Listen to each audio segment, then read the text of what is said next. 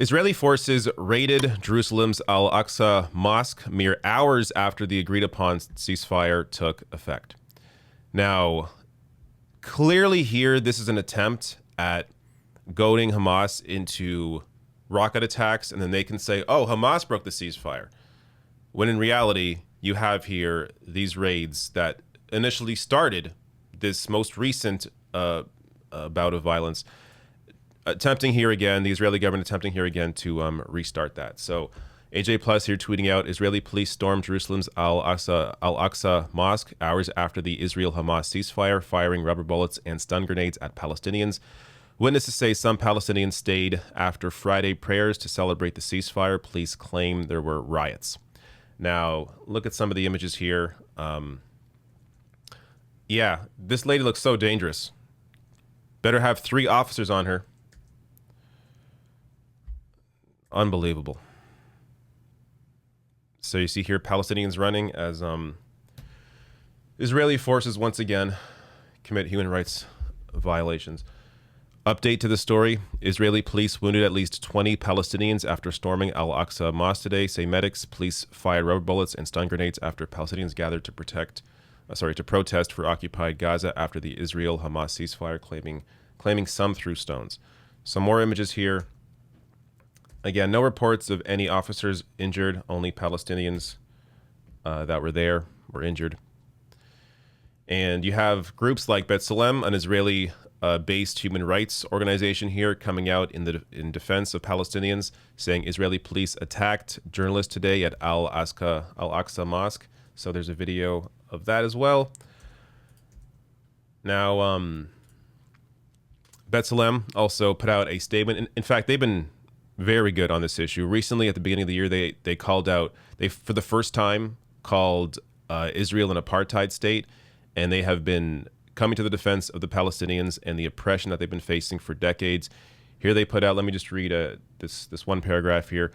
In its current round of bombing in the Gaza Strip, Israel has killed more than 200 Palestinians to date, about half of them women and minors under the age of 18. Hundreds of homes and other structures have been destroyed, electricity and water networks impaired and roads damaged, and tens of thousands have had to abandon their homes. Despite these figures, Israel continues to claim all its actions are in keeping with international humanitarian law and that it is taking every possible measure to avoid harming civilians. These claims are baseless according to the principle of proportionality, a basic tenet of international law. Parties to hostilities should refrain from launching an attack if the expected harm to civilians is excessive in relation to the anticipated military advantage. Of course, this principle is relevant only if the attack is aimed at a legitimate military objective. Otherwise, it is unlawful from the outset, regardless of the expected incidental damage.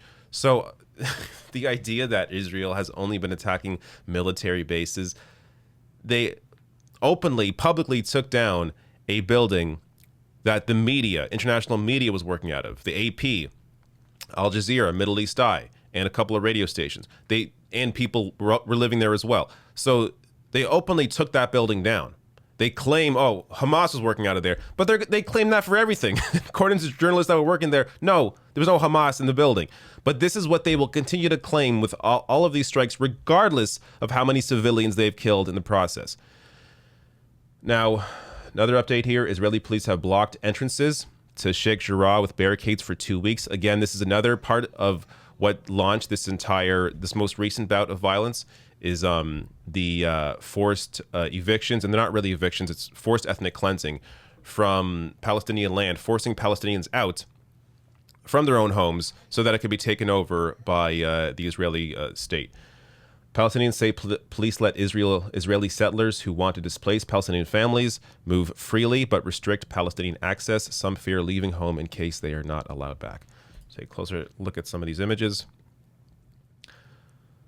So once again, Israeli police using force on people that clearly are of no danger to them and kicking them out of their own homes. Now, some of the reported damage to occupied Gaza's infrastructure after 11 days of Israeli airstrikes includes over 200 residential blocks destroyed, over 50 schools damaged, 9 main power lines cut, 24 health facilities destroyed, water system damage affecting 800,000 people, and the death toll in terms of civilians I believe it's around 263 last I saw. A lot of that children, and compared to 12 Israelis who were killed from Hamas rocket attacks.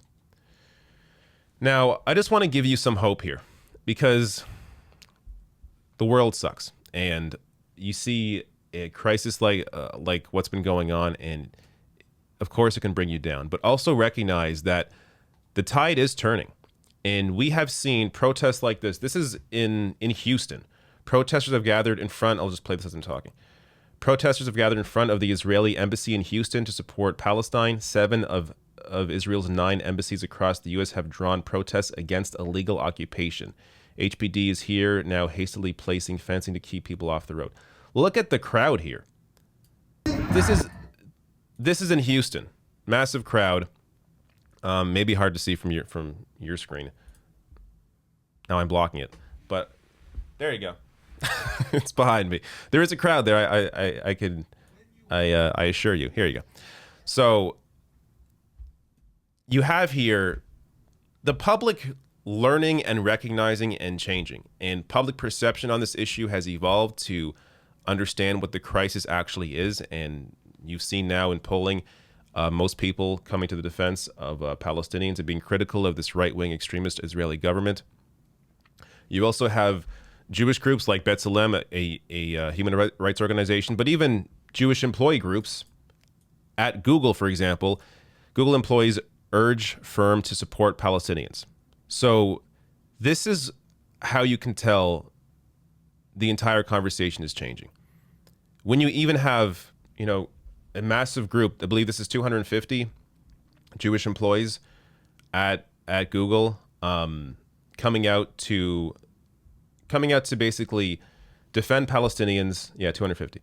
Coming out to defend Palestinians and speak out against a extremist right-wing Israeli government. And you have several cases of this happening, as well as the media shifting their coverage of this issue. I have a number of videos, or 1 or 2 videos on that, showing you MSNBC, showing you Fox News, Geraldo Rivera on Fox News, multiple appearances now on Fox News defending Palestinians, educating people, Fox News viewers, on the reality of Gaza. So you have here a true shift in mainstream coverage of this issue, and because of that, I think largely because of that, it is changing the minds of the vast majority of people as well. I just want to end on this tweet that I found really fantastic. So Ahmed Abu's Nate here tweeted out, ceasefire. Okay, now cease colonialism, cease apartheid, cease blockades, cease segregation, cease blocking the right of return of refugees, cease home demolitions, cease displacement. Until then, it's a temporary ceasefire and full-time cease peace.